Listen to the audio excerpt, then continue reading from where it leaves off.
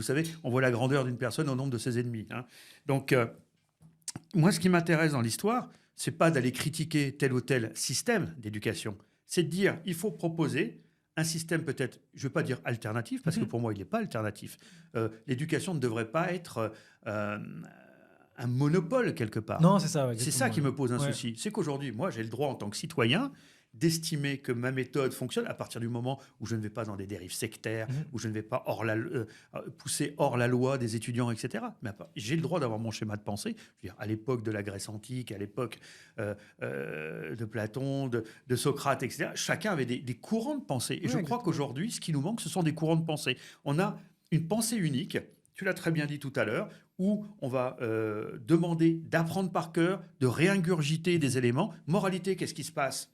Et ça, c'est le problème de notre système éducatif, j'allais dire occidental aujourd'hui. C'est quoi? C'est qu'à la même question, on va avoir 10 fois la même Ouais, réponse. c'est ça le problème. Donc, en fait, globalement, où est l'innovation là-dedans?